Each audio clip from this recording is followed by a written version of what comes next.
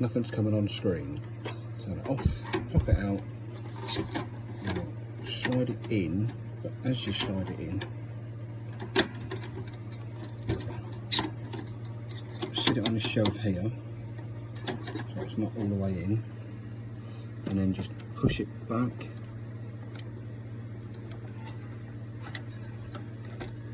and down at the same time. And look at that, it works, a treat. Basically the pins inside the NES are failing. Just pop it out, plug it in normally, nothing.